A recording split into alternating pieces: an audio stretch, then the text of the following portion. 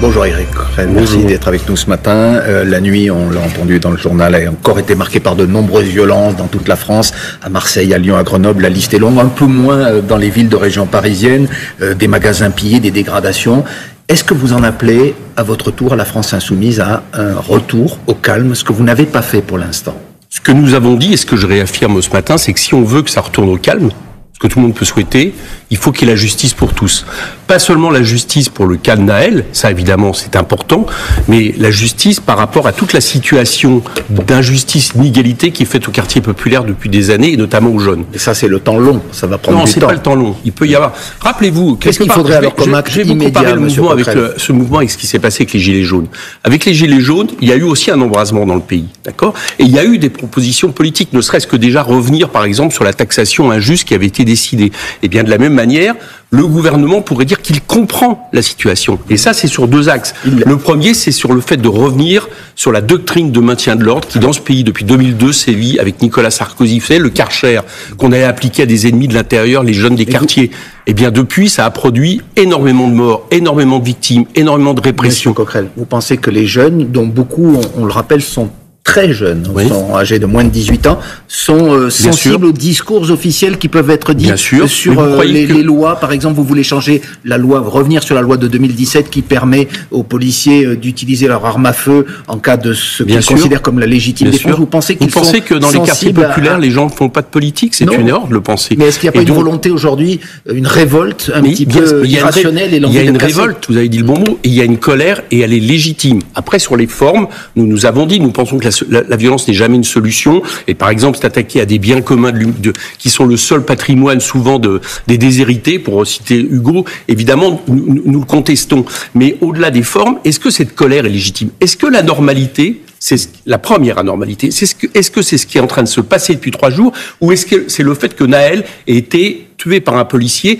et que depuis, par exemple, vous me demandez les mesures d'urgence, je vous en donne une. Depuis la loi Cazeneuve de 2017, il y a eu 5 fois plus de tuer. Est-ce que 5 fois plus de victimes? Oui, la loi Cazeneuve, vous appelez ça un permis de tuer. Est-ce que c'est de nature à apaiser les esprits de dire un permis de tuer? Qu'est-ce que c'est que d'autre pour Cédric Chouviat? Qu'est-ce que c'est que d'autre pour Rayana, cette passagère dans le 18e arrondissement qui s'est pris une balle? On a des faits. En Allemagne, en 10 ans, il y a eu une personne qui a été tuée pour un problème de non-respect de... Donc si on supprimait la loi de 2017... Eh ben, bien sûr, il faut revenir.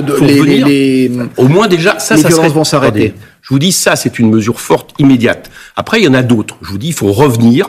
Il faut enfin prendre conscience que on a un problème avec le maintien de l'ordre dans ce pays. C'est moins les policiers eux-mêmes, même si certains... je pense, font preuve, pour le moins qu'on puisse dire, d'allant dans cette forme de discrimination, de racisme et de violence. Mais c'est moins la police elle-même que la doctrine qui leur est demandée. Vous vous souvenez? Je reviens là-dessus. Sarkozy, 2002, fin de la police de proximité, le fait que les jeunes étaient d'un coup devenus des ennemis de l'intérieur. Il faut revenir sur tout ça. Donc, ça veut dire meilleure formation. Vous parlez de la retour cause, au code de déontologie de 86. Je parle des causes. Je parle des causes avant tout.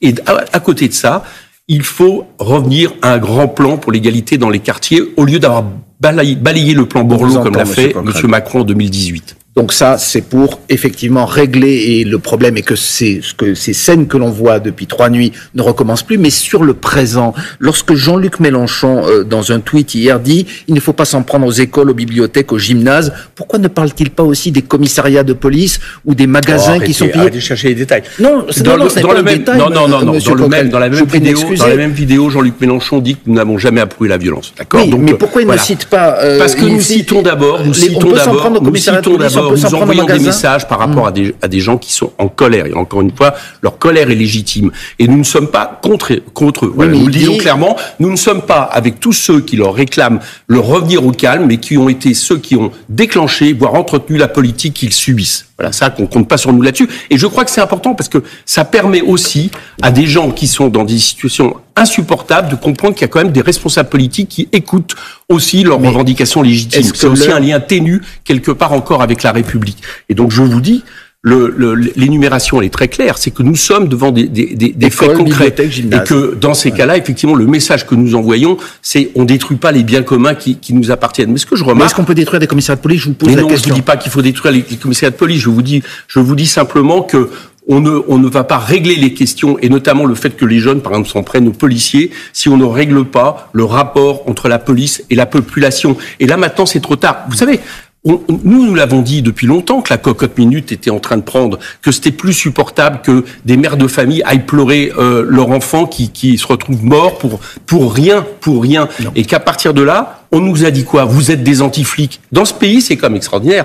Il est possible de critiquer tous les fonctionnaires, les soignants, les enseignants, mais on ne peut pas remettre en question la doctrine policière. Alors, aujourd'hui, ce n'est plus possible. Alors, même l'ONU le dit. Derrière la doctrine policière, il y a aussi des hommes et des femmes qui se considèrent être au combat aujourd'hui. Bien sûr. Et beaucoup le sont.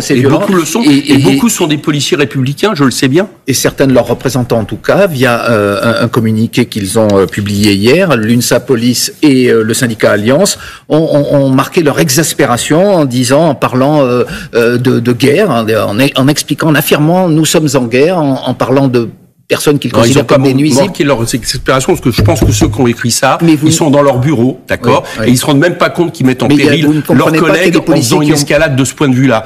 Donc non, ces gens-là, c'est des factieux. Ces gens-là, c'est factieux. Quand vous êtes gardien de la paix, d'accord, et que vous appelez quasiment à dire qu'il y a une guerre qui se déclenche par rapport à des jeunes des quartiers populaires, qu'on serait en guerre contre nos propres jeunes, ce n'est pas responsable. Quand vous dites qu'on a affaire à des nuisibles, ce n'est pas responsable. Ce n'est pas responsable. Quand vous dites la police tue, est-ce que c'est responsable? Quand Jean-Luc Mélenchon a dit la police tue après l'affaire de Rayana sur un fait factuel, oui, malheureusement, il se trouve que, à cause de cette loi, la police, à certains moments, tue. Je ne décris qu'une situation. Par contre, ce que je constate, c'est que là, il y a deux syndicats. Il n'a pas dit un policier tue, il a dit la police tue. Le mot est bien trop glorieux pour ce qu'ils font, qui, de manière factieuse, mettent de l'huile sur le feu. C'est eux qui mettent de l'huile sur le feu. Et très franchement, au lieu, parce que rappelez-vous cet épisode, quand Castaner, il y a quelques années, a expliqué qu'il fallait revenir sur, par exemple, les clés d'étranglement. Après l'affaire Guillaume Chouviat, qu'est-ce qui s'est passé? En 2 semaines, ces mêmes syndicats ont eu sa peau.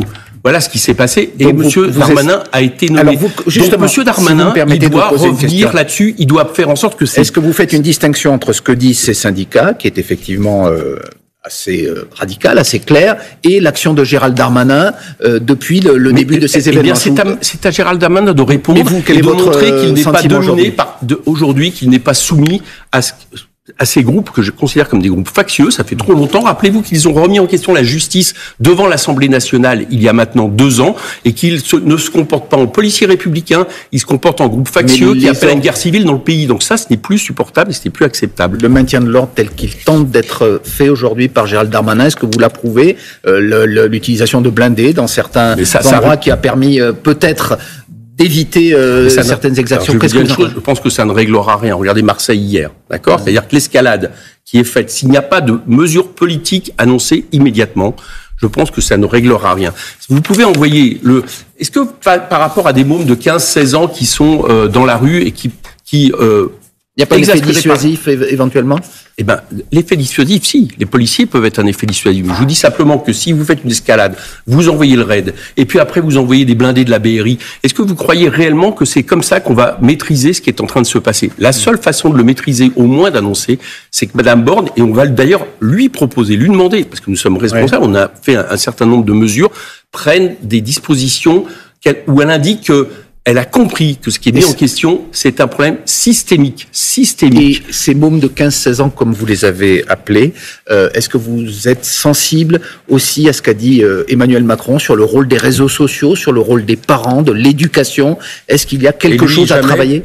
Lui, jamais n'a de responsabilité. Je vais vous répondre. Sur les réseaux sociaux, c'est un peu comme si vous disiez il y a quelques années, les tracts sont responsables des manifestations, tels qu'ils l'utilisent, tel qu'il l'a dit, Snatchlap. Après, il y a un problème des réseaux sociaux. Dans la manière dont, par exemple, ça entretient, vous partagez dans la manière dont ça entretient, par exemple, la haine. Mais il a reçu Elon Musk. Excusez-moi, il y a peu de temps. Je l'ai entendu critiquer la manière dont, par exemple, sur les réseaux sociaux type Twitter, on entretient, on facilite les messages de haine. Mais là, on parlait d'autres réseaux sociaux, on le voyait dans le journal, il y a des rendez-vous. Vous savez à quoi ça me fait penser? Ça me fait penser à ces bourgeois du 19e siècle qui critiquaient les familles de prolétaires par rapport à l'éducation de leurs enfants qu'ils exploitaient dans leur entreprise. C'est un mépris de classe. S'ils veulent parler de formation, parlons de formation de la police, qui fait qu'à un moment donné, un policier se retrouve dans la situation de tuer un jeune de 17 ans. Mais les parents n'ont pas un rôle à jouer aujourd'hui. Mais les parents, comme tout, pourquoi c'est toujours les parents des classes populaires qu'on met en question? Donc, les parents, bien évidemment, mais l'école, l'éducation, nous le disons depuis longtemps dans nos départements en Seine-Saint-Denis, il manque des enseignants de remplacer, formés, donc il faut mieux les payer, il faut faire en sorte d'embaucher grandement, il faut faire en sorte d'alléger encore les classes, il faut véritablement un plan d'urgence pour l'éducation, mais qu'on arrête de culpabiliser comme il le fait de cette manière-là, avec un mépris de classe, les parents. Vous savez, les parents dans les quartiers populaires, ils ont souvent peur que leurs enfants sortent dehors. Pas seulement parce que, éventuellement, il y a la délinquance, pas seulement parce qu'il peut y avoir, et c'est vrai, des risques de tomber dans un trafic et autres, mais aussi parce qu'à certains moments, avec la police, les choses ne sont pas simples, à commencer par les contrôles aux faciès. Merci beaucoup Éric Coquerel, député de Seine-Saint-Denis et président de la commission des finances à l'Assemblée nationale.